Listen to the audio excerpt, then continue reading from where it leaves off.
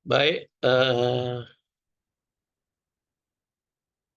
terima kasih, izin Pak Teddy, Profesor Teddy. Perkenalkan, nama saya Joel Salomo Krismanto Nainggolan, angkatan 16, program Magister Manajemen di Institut Bisnis Pelita dan Teknologi Pelita Indonesia. Dalam hal ini akan mencoba untuk membuat video terkait dengan eh, ujian akhir semester manajemen keuangan. Sebelumnya saya mohon maaf apabila dalam pembuatan tugas ini saya terlambat mengantarkan dan itu disebabkan memang karena kelalaian saya dan juga memang ketika jadwal profesor mengajar ada kedukaan di kantor dan saya ditugaskan untuk mengantar jenazah teman sekantor ke Medan. Jadi mohon maaf Prof. Jadi saya ketika jadwal profesor mengajar terakhir memang tidak memperhatikan, hanya sekilas-sekilas saja. Sehingga dalam pembuatan tugas kali ini saya terlambat karena harus mempelajari kembali. Mohon maaf apabila saya banyak kekurangan dalam pembuatan video tugas terkait ini. Tapi bagaimanapun tugas memang harus dilakukan, maka saya akan melakukan kewajiban saya. Baik, Prof. Pada pertemuan terakhir kita membahas tentang satu soal kasus. Ada kasusnya, kasus lengkap. Pada pada pertemuan terakhir kita membahas tentang kasus manajemen keuangan bisnis. Nah, saya coba akan membacakan kasus yang akan kita bahas. Kasus manajemen bisnis ini dikatakan bahwa eh, PT Pelita merencanakan untuk membuka usaha L dan S. Investasi yang dibutuhkan masing-masing sebesar 1.000 juta atau 1 miliar ya, di mana 200 juta dibutuhkan untuk modal kerja dan 800 juta dibutuhkan untuk investasi. Struktur modal perusahaan saat ini adalah sebagai berikut. Ada hutang 25%, saham preference 15%, saham biasa 60%. Sedangkan data-data lainnya adalah sebagai berikut. Suku bunga yang dianggap bebas risiko atau risk free adalah 6%, return yang diharapkan di pasar 10%, pajak perusahaan 30%, risiko pasar perusahaan 1,2, harga saham saat ini adalah 1.000, ini harga saham per lembar ya. Dividen yang dibagikan tahun lalu sebesar Rp200 per lembar. Eh, Oh sorry, dividen yang dibagikan tahun lalu sebesar 200 ya. Kemudian di reinvest 10%. Nah, untuk mendapatkan dana ini, perusahaan akan menerbitkan obligasi sebesar 250 juta dengan nilai pari atau nilai nominal sebesar 1.000 per lembarnya. Biaya emisi untuk menerbitkan obligasi adalah Rp75 per lembar. Nah, kupon yang ditawarkan adalah sebesar 12% per tahun.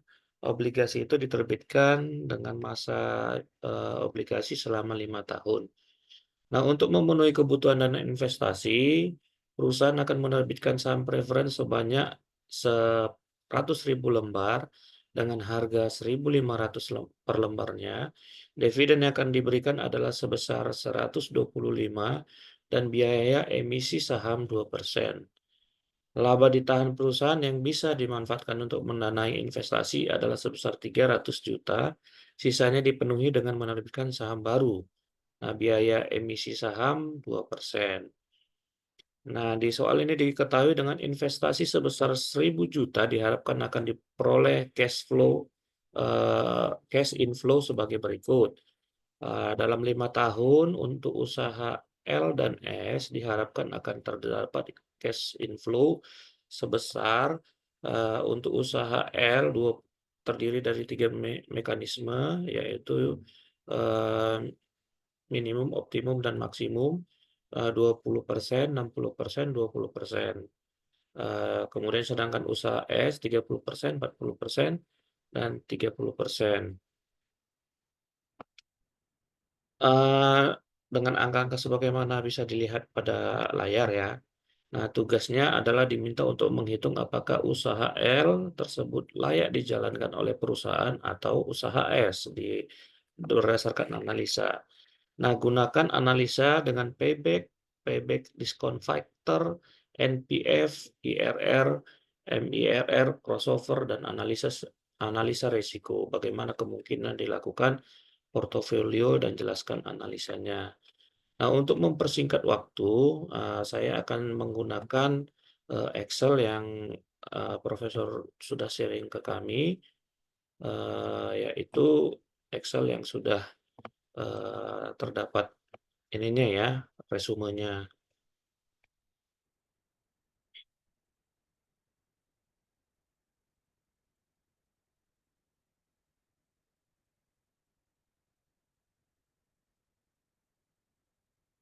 Nah, kalau kita lihat pada soal tadi, terdapat, struktur modal.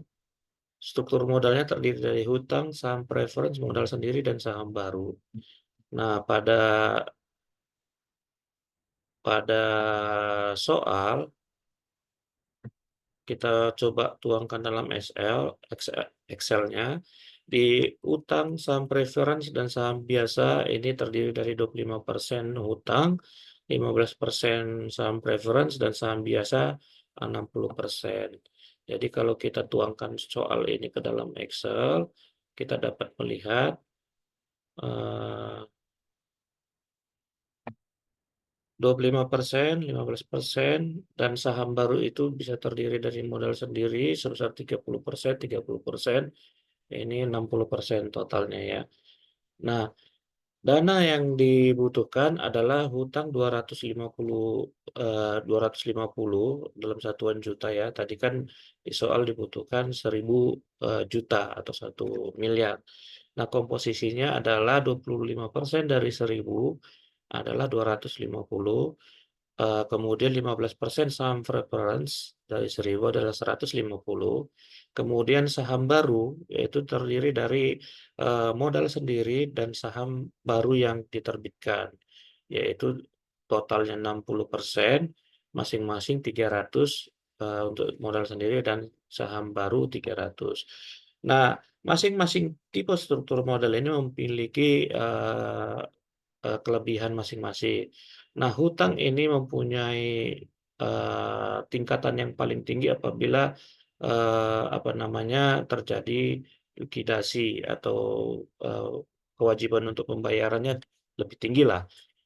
Nah, kalau kita mau buat modal berdasarkan utang, kita mempunyai kewajiban untuk membayar bunga. Nah, baik kondisi perusahaan untung maupun rugi, itu merupakan kewajiban yang tetap. Nah, kalau untuk saham preference adalah saham yang diberikan kepada, biasanya orang-orang yang memiliki, pengaruh dalam, keberlangsungan perusahaan. Biasanya dimiliki oleh, pendiri perusahaan atau orang-orang yang memiliki peran sangat penting dalam, mendapatkan revenue bagi perusahaan. Nah, saham preference ini memiliki hak lebih besar daripada saham biasa atau saham baru yang akan dikeluarkan. Nah, biasanya misalnya dalam pembagian dividen yang diutamakan terlebih dahulu adalah saham preference atau kalau misalnya perusahaan melakukan sesuatu, aksi investasi, misalnya buyback saham dan lain-lain, itu diberi, kesempatan pertama diberikan kepada pemilik saham preference. Kemudian begitu juga dengan, kalau terjadi likuidasi setelah pembayaran hutang, kepada, debitur, maka kepada yang menghutangi, maka, selisih aset itu nanti akan terlebih dahulu untuk dibagikan kepada yang memiliki saham preference, kemudian baru saham, biasa. Jadi saham preference ini mempunyai keistimewaan lebih dari saham, sendiri. Jadi dia seperti mempunyai keutamaan seperti utang, namun pembagian dividen sama seperti di saham sendiri ya.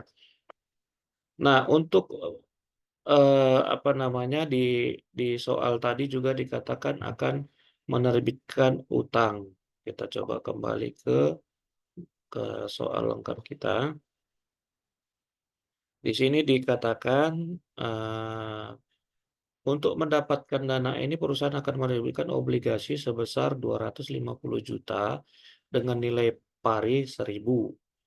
Biaya emisi untuk menerbitkan obligasi adalah 75 per lembar, kupon yang ditawarkan 12%. Ini coba kita tuangkan dalam Excel, kita bisa lihat di bagian ini, tahun obligasi ini.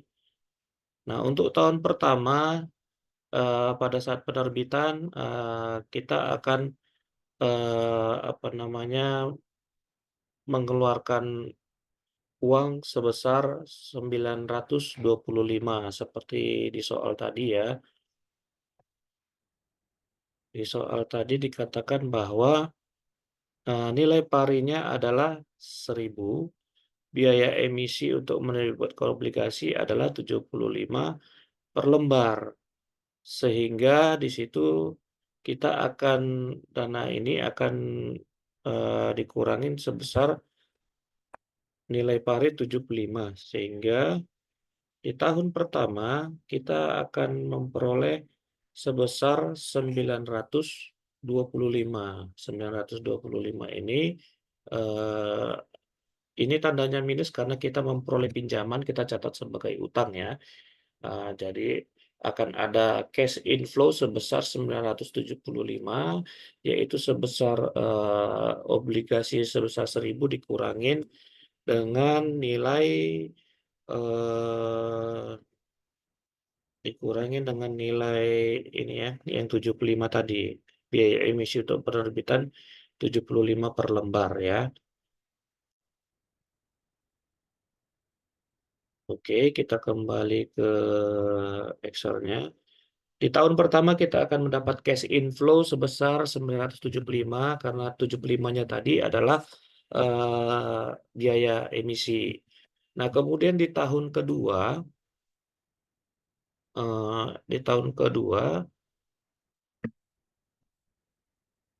Di tahun ke sorry, di tahun pertama kita sudah harus mempunyai kewajiban untuk, membayarkan bunga. Tadi di soal dikatakan bunganya itu adalah 12% ya, per tahun. Jadi di tahun pertama sampai dengan tahun kelima kita mempunyai kewajiban 120.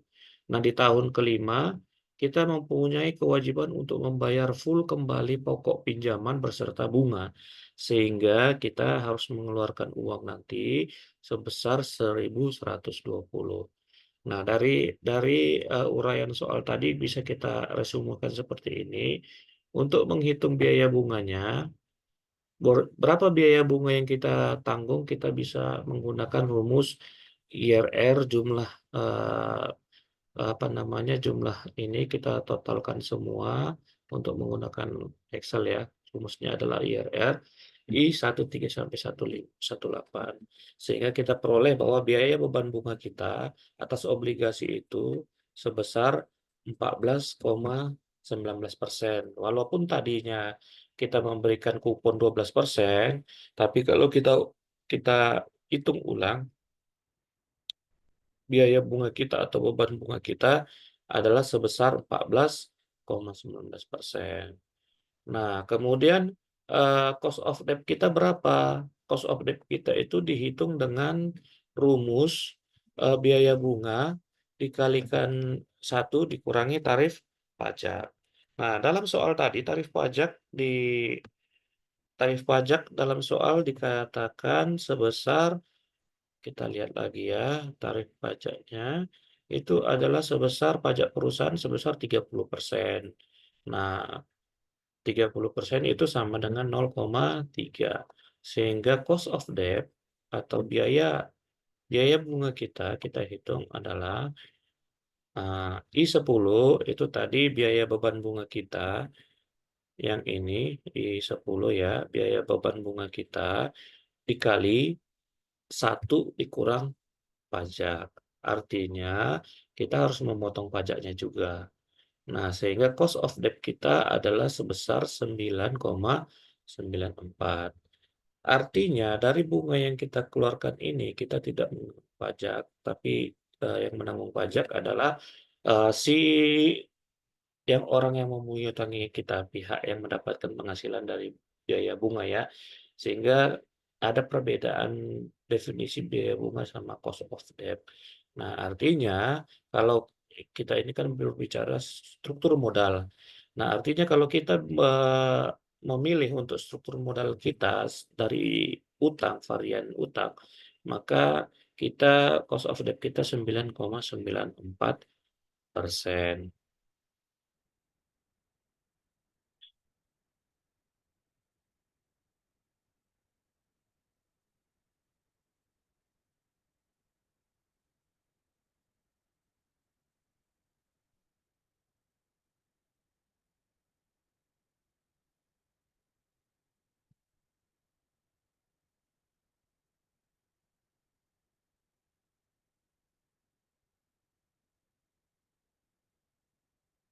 Nah, 9,94% ini kita masukkan ke dalam cost. Nah, kita akan menghitung di sini struktur modal kita. Struktur modal kita adalah terdiri dari hutang, saham preference, modal sendiri, dan saham baru. Nah, untuk utang, kita tadi biaya kita adalah 9,9% yang diambil dari sini ya. Kita masukkan ke sini.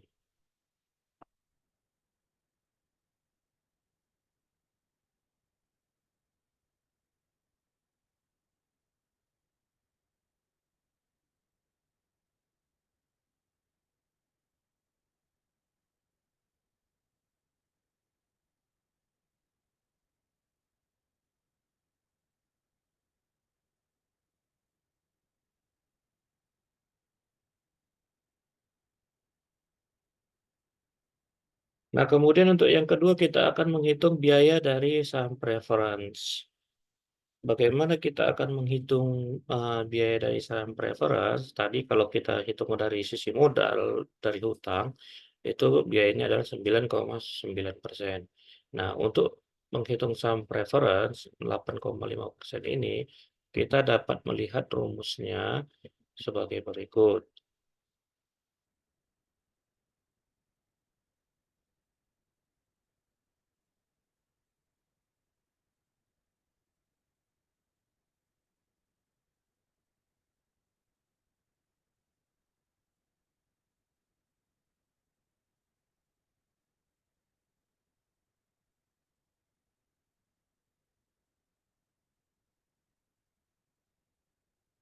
Nah, saham saham preferensi ini dihitung, ini rumusnya kita bisa lihat dari sini ya, catatan kasusnya Prof. Yaitu, biaya saham preference atau KP adalah dividen dibagi harga dikali dalam kurung dikali 1 dikurangin biaya emisi. Nah, di sini dividennya kalau di soal, kita lihat kembali di soalnya, dividen yang ditawarkan adalah ini ya, untuk memenuhi kenalan investasi akan meningkat saham preference sebesar 100.000 lembar dengan harga 1.500 per lembar. Dividen yang akan diberikan adalah sebesar 125 dengan biaya emisi 2%.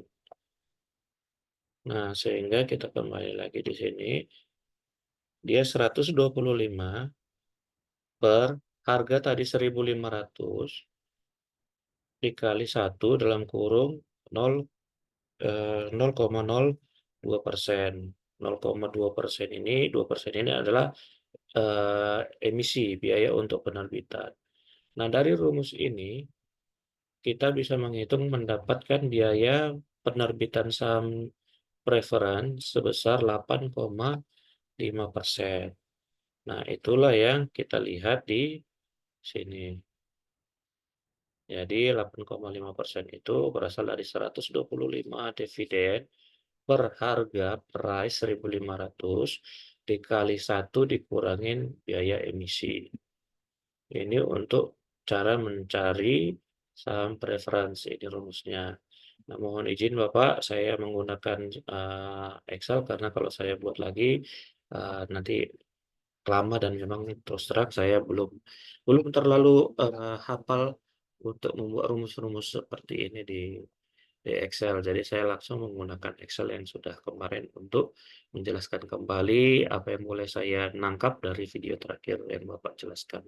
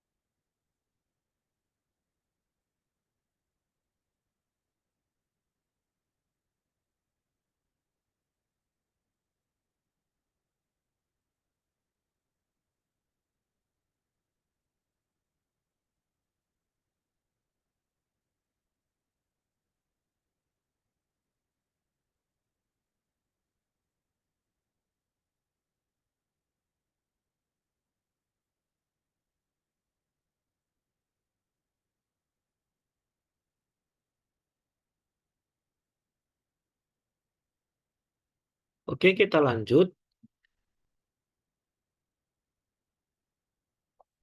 Nah, untuk tadi kita sudah menghitung cost biaya utang sama penerbitan saham preference, biaya penerbitan saham preference dan modal sendiri ini kita dapat 10,80 ya persen.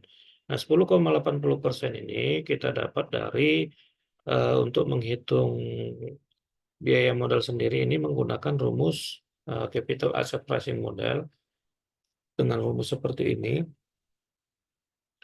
yaitu diperoleh dari risk free ditambah risk market dikurangi risk free dikali resiko beta. Nah, kalau kita kembali ke soal yang tadi,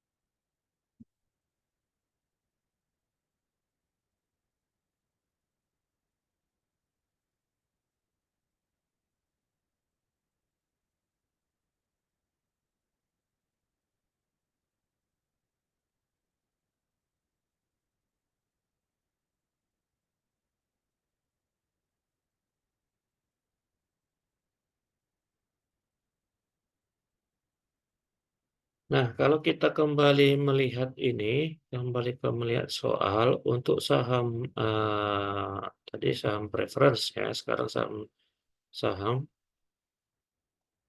sebentar, sebentar lebih. Nah, untuk biaya modal sendiri menggunakan capital asset pricing model. Nah, rumus seperti ini kita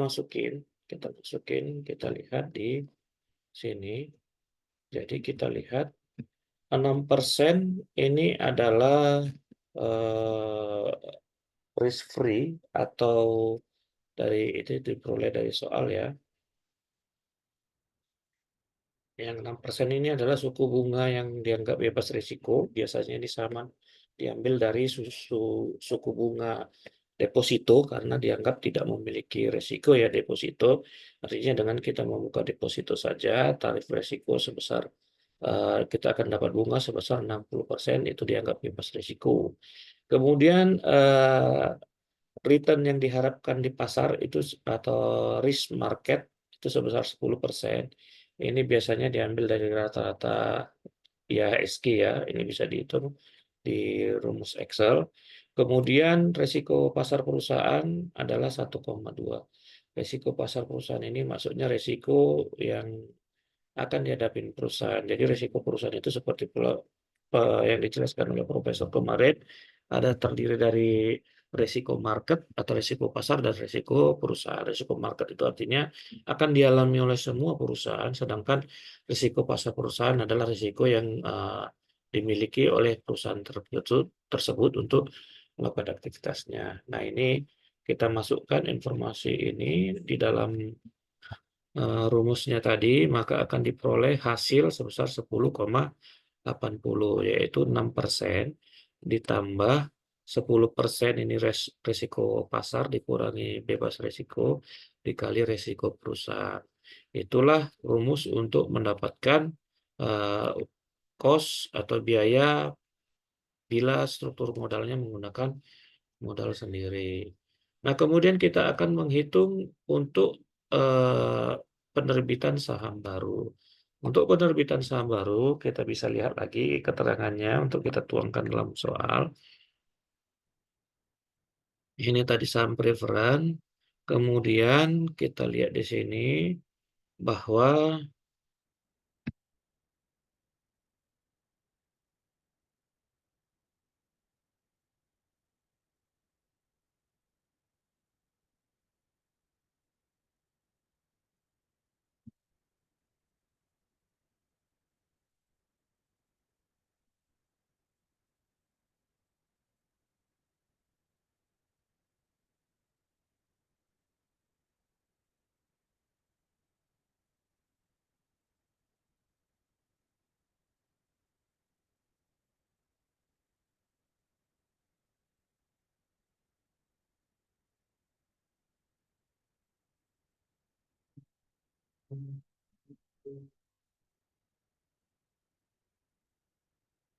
Nah, untuk menerbitkan eh, saham baru, ada informasi dari soal kita tuangkan dalam ini. Rumusnya untuk biaya modal untuk saham baru KS adalah R dibagi 1 kurang E emisi. Nah, tadi IR atau biaya modal sendiri tadi ini kita ambil dari 10,80 ini dibagi 1 dikurang 0,02. 0,2 ini adalah penerbitan biaya emisi. Jadi kalau kita lihat di sini, 10,08 dibagi dengan 1 kurang 0,2, hasilnya adalah 11,02%.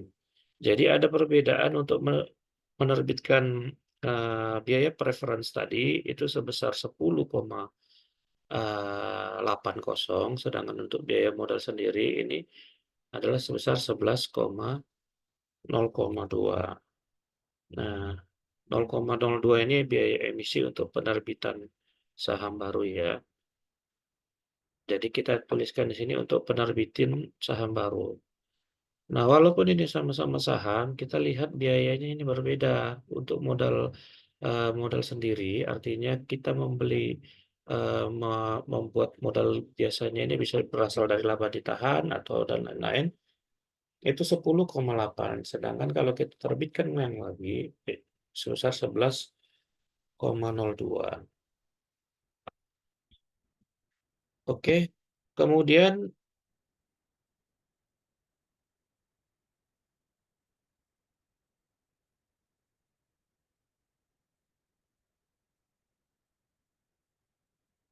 kemudian bagaimana cara kita mencari cost of capital? Ini cost of capital ini kan cost atas masing-masing ini tadi kan.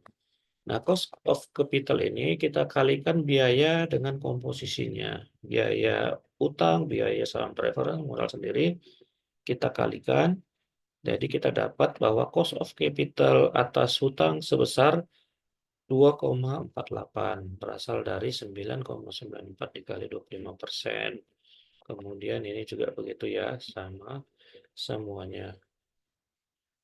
Nah, kita untuk mencari WACC,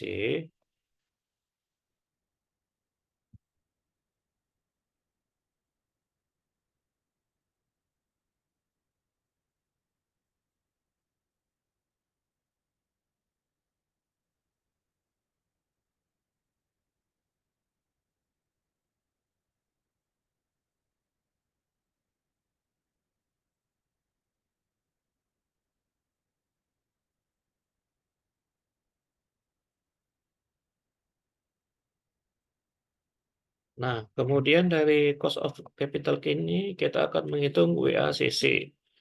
WACC ini adalah weighted average cost capital ya.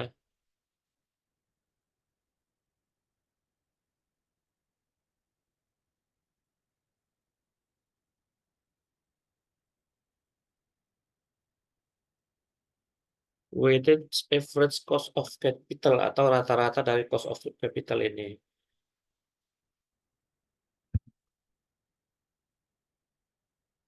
Jadi kita dapat jumlahnya semua adalah 10,31% ya.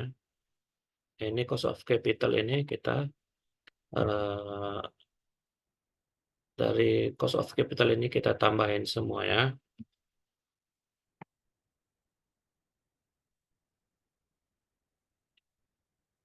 Nah, modal sendiri ini mungkin ada yang bingung, ini modal sendiri artinya kita membiayai dari proyek tadi dengan laba ditahan ya, artinya tidak menerbitkan saham baru. Nah, kemudian kalau saham baru, kita akan menerbitkan saham baru.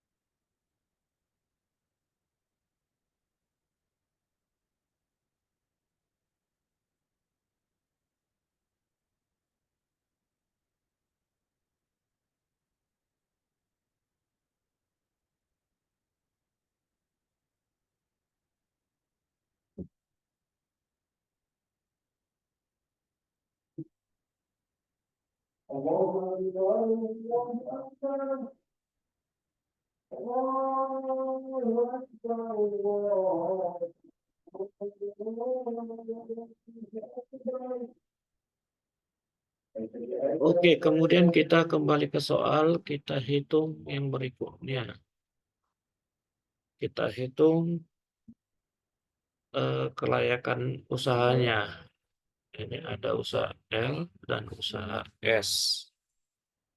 Bagaimana cara kita menghitung kelayakan usahanya? Nah, mari kita inikan ya, kita coba ya.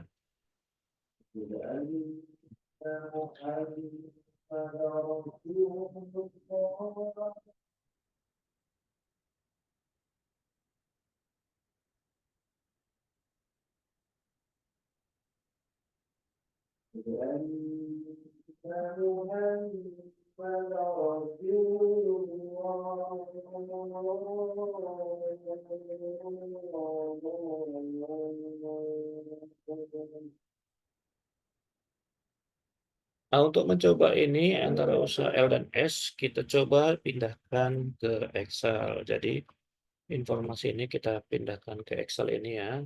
Saya menggunakan Excel yang sudah jadi aja. Jadi kita dari soal tadi kita pindahkan usaha L. Ini usaha L dari pertama sampai tahun kelima. Tadi kan ada tiga kolom yang pesimis, moderat, dan optimis. Dia pesimisnya cash inflow-nya sebesar 20%, moderatnya sebesar 60%, optimisnya sebesar 20% ya.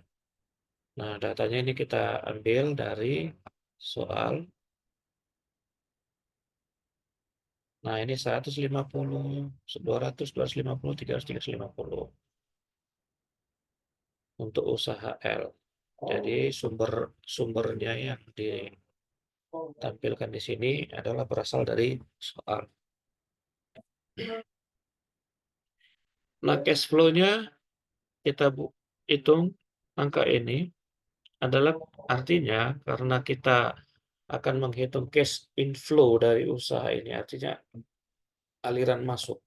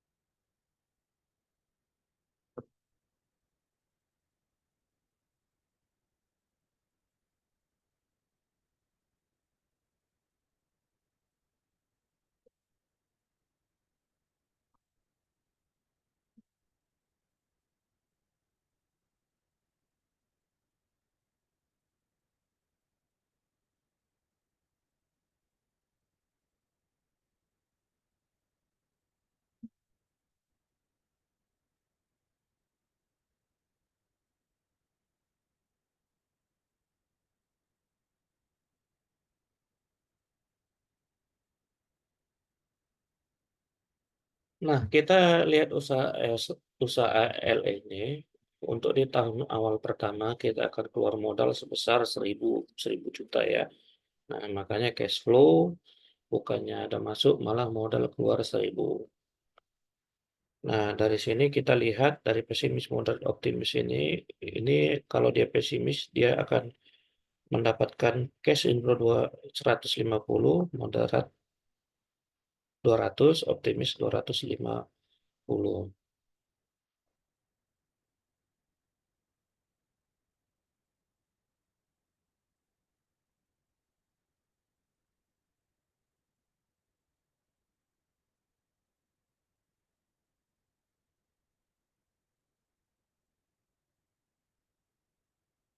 Nah, dari ketiga hal ini, pesimis dan optimis, kita ambil rata-ratanya. Sehingga dari usaha L, kita anggap kita akan mendapatkan cash flow sebesar 200. Nah, rumusnya bisa kita ambil dari sini ya, C16, ini dikali ini, tambah ini kali ini, tambah lagi ini dikali ini. Jadi begitu ya, jadi 3 ini. Jadi 150 kali ini, atau untuk ringkasnya bisa juga langsung dilihat langsung dilihat di sini ya. Kalau kita ambil, kita ini kan bisa dilihat di sini average 200 ya. Tapi kalau mau menggunakan rumus juga bisa seperti yang dibuat profesor. Jadi asal 200 ini berasal dari 150 kali persentase, 200 kali persentase, 250 kali persentase. Begitu juga dengan ini ya. Kita bisa lihat juga di sini 250 untuk cepatnya. Kalau mau cepat bisa. Atau kalaupun bisa juga ada rumus di sini average, nanti di Excel itu terserah. Yang penting ini angkanya ini berasal dari rata-rata dari ketiga opsi ini. Oke.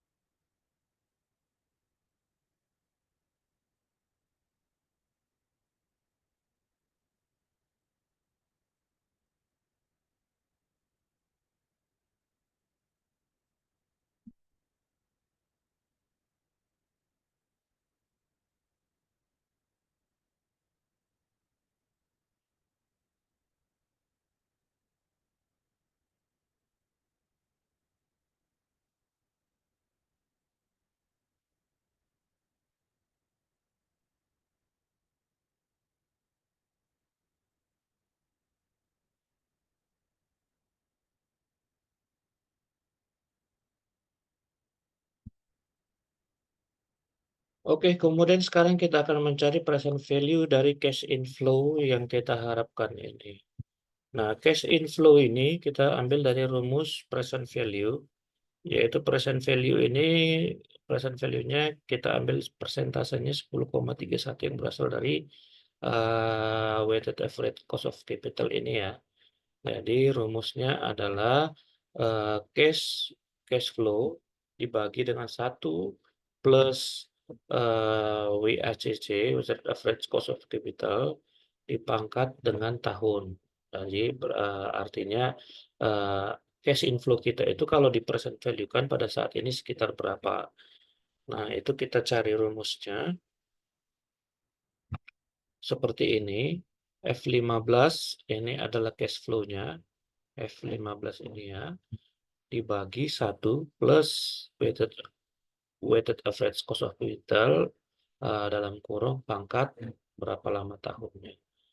Nah, ini kita jangan ketik ya, karena di sini kalau kita lihat ini tidak persis nanti 10,31, tapi ada lagi not di belakang koma. Jadi lebih bagus langsung rumusnya kita taruh gini.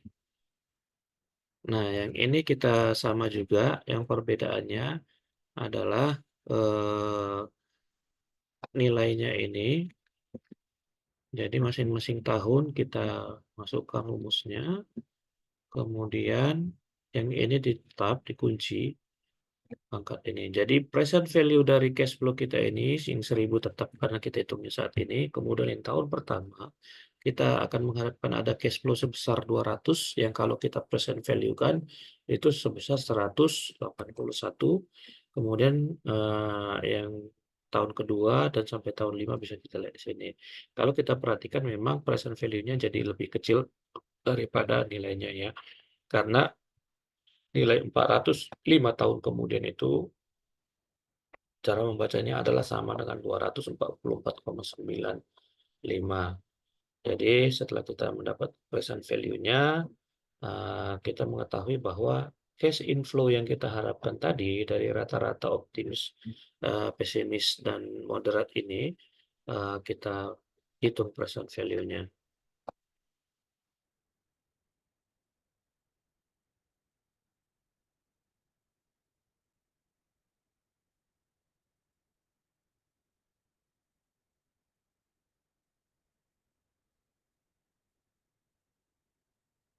Oke, sekarang kita cari payback-nya.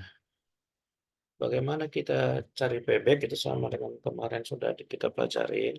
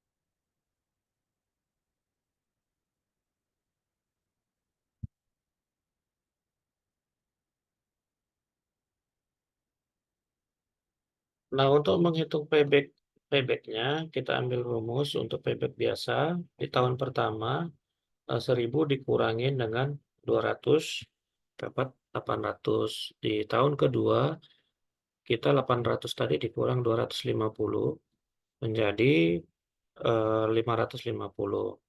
Nah, kemudian yang ketiga 550 dikurangi ke 300, 150. Nah, ini kalau kita buat ke bawah, kenapa dia ini, jadi kita berhenti di payback-nya itu di tahun ketiga ya. Nah, karena ini sudah minus di tahun keempat, maka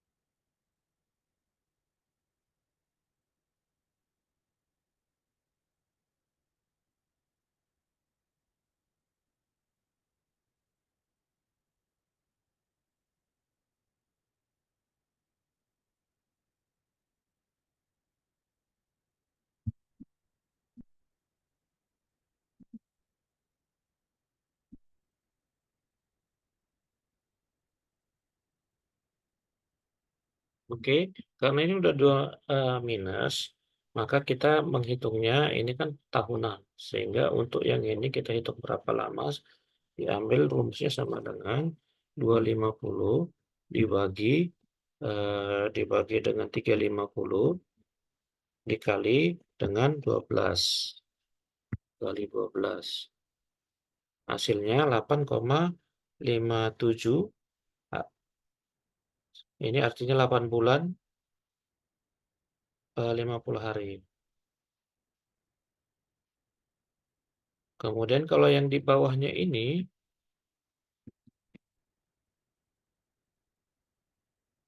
kalau yang di bawahnya ini rumusnya adalah angka ini dikurangin 8, ini kita kurung dulu ya biar ini dia dikali dikurangin 8 dikali dengan 30 hari. Dalam 1 bulan itu 30 hari. Nah, dapat 17 hari. Jadi artinya payback periodnya ini adalah 3 tahun, 8 bulan, 17 hari. Karena 17 hari ada lebihnya kita anggaplah 18 hari ya. Jadi payback periodnya itu adalah 3 tahun, 8 bulan, 18 hari. Jadi begitu cara menghitungnya ya, karena di sini masih nilainya positif, maka dihitung setahun. Tapi di sini kalau kita menggunakan rumus ini, dia kan sudah negatif, sehingga artinya dia tidak setahun. Kita menggunakan rumus seperti ini, dibagi, eee, dibagi seperti rumus pertama, tapi langsung dikali 12.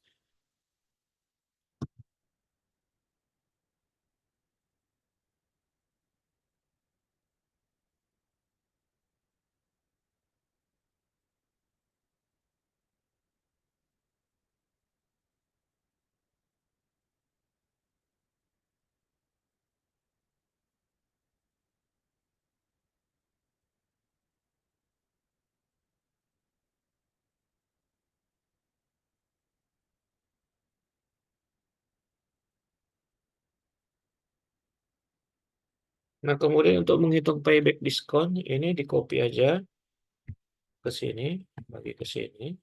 Cuman ini kita buat, eee, apa namanya, saya pindahin dulu, kita kurangin 69 biar tambah banyak.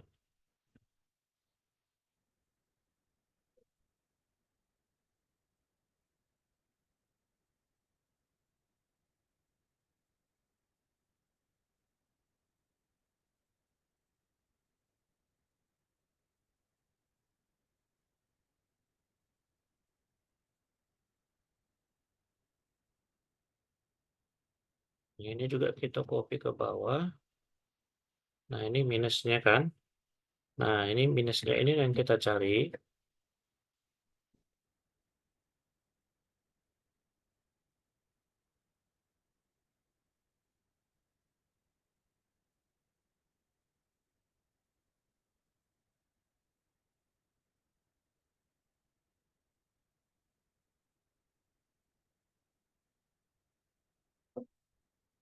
Nah, karena ini nilainya minus, maka kita gunakan rumus yang seperti tadi, sama dengan ini dibagi ini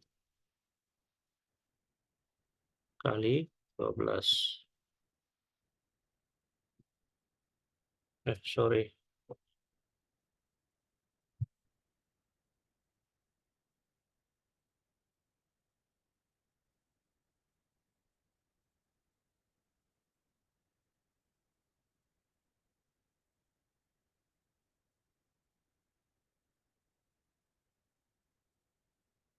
Bukan yang itu ya, ini sama dengan ini dibagi ini kali 12.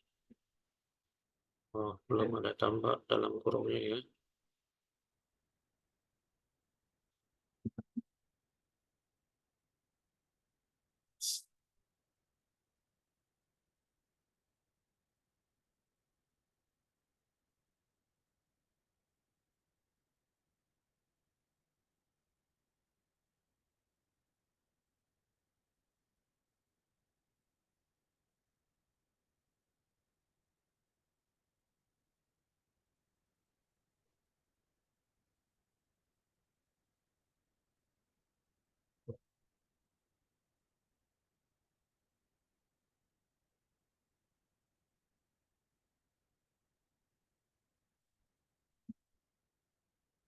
Sorry, salah ini ya.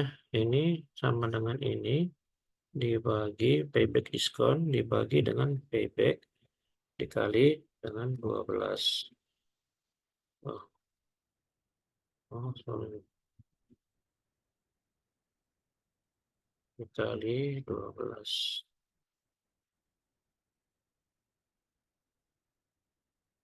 Kurang ya.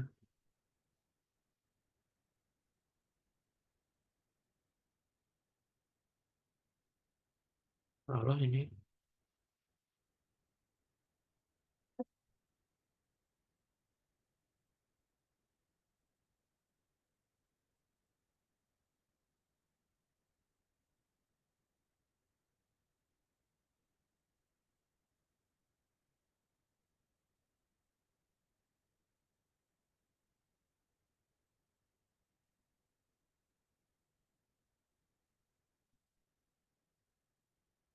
Oh, salah bukan kali payback diskon ya, tapi kali present value-nya.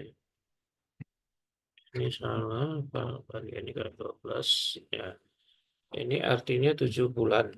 7 bulan 50, sekitar 7 bulan.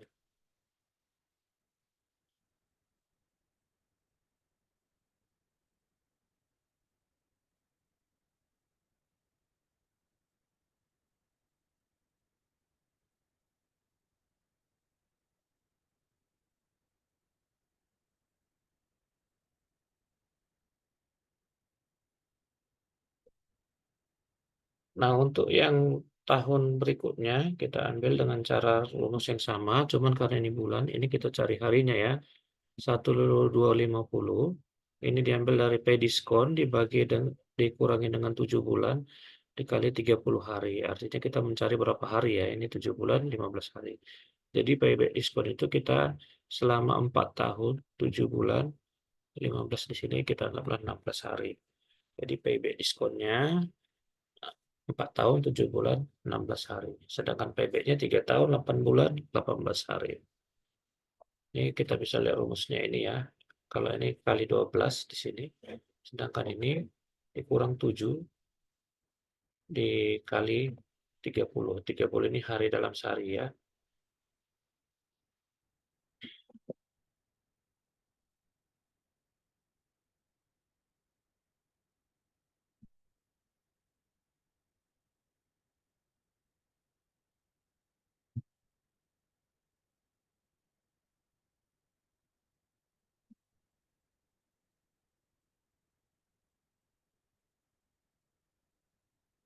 Nah, kemudian kita akan mencari NPV, IRR, dan MIRR. Net present value, interest rate, dan MIR.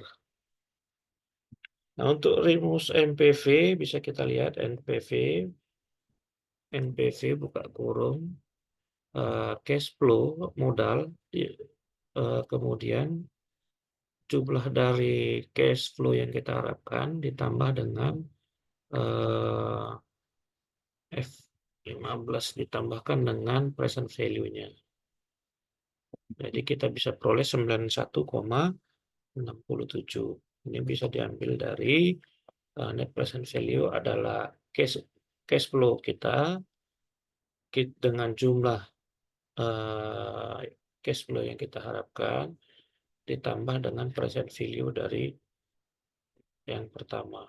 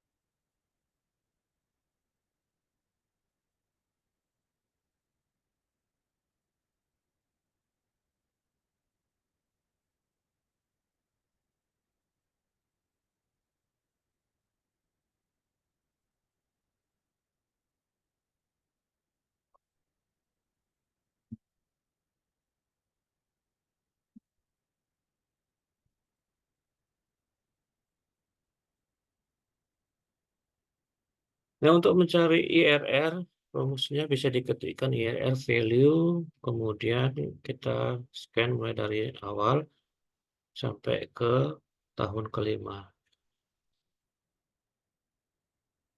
Dapat 13,14%, sedangkan MIRR bisa kita lihat, rumusnya ketikkan MIRR, kemudian jumlah dari sini,